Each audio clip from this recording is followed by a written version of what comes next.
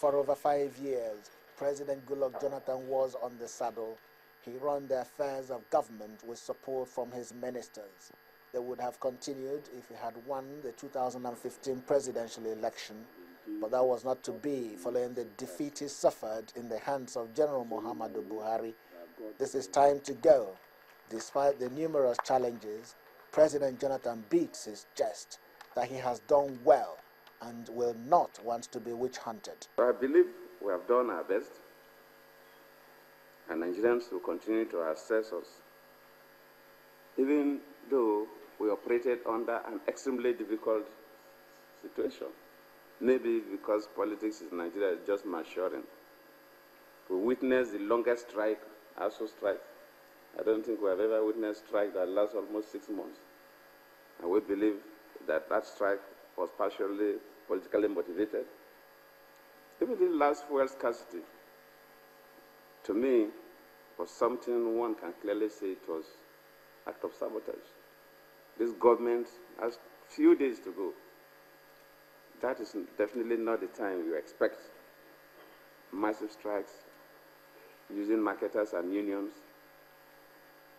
asking for increase in salaries at a time oil prices have dropped and volumes have dropped. None of the IOCs is increasing salaries, but our unions wanted 11% increase in some allowances and so on, and went on strike. There was 21 days reserve in this country.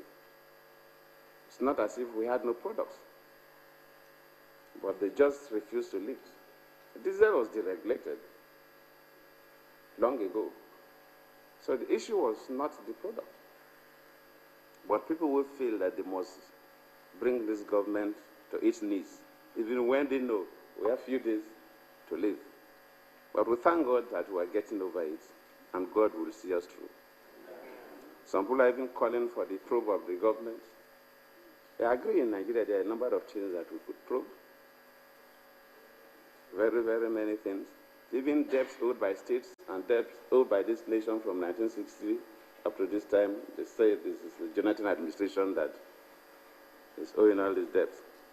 And I believe that anybody who is calling for probe must also ensure that these probes are extended beyond the Jonathan administration. Otherwise,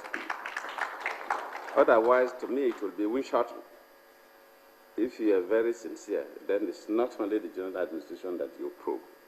President Jonathan's advice came after various contributions by the ministers who took their turn to pour accolade on him for his peaceful disposition following the elections, beginning with the vice president. I'm humbled to be found worthy to be the vice president of this great nation by a great leader, Democrat, peace ambassador, and patriot of our time.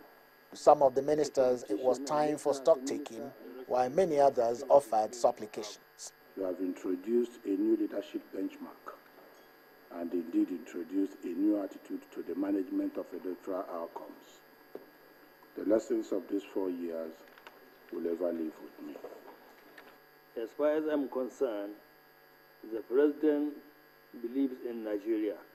So whatever is good for Nigeria, he will do it. So I think he gave a thought to it. This is good for Nigeria. That's why he did it. The president told them to stay put as the cabinet is still functional, promising to dissolve them at the right time. In all, the outgoing ministers recognize one fact, that history will be the greater judge when their activities will be compared to the next generation of ministers that will take over these council chambers in the service of the Nigerian people. Chukwuma Onwekusi, Channels Television News.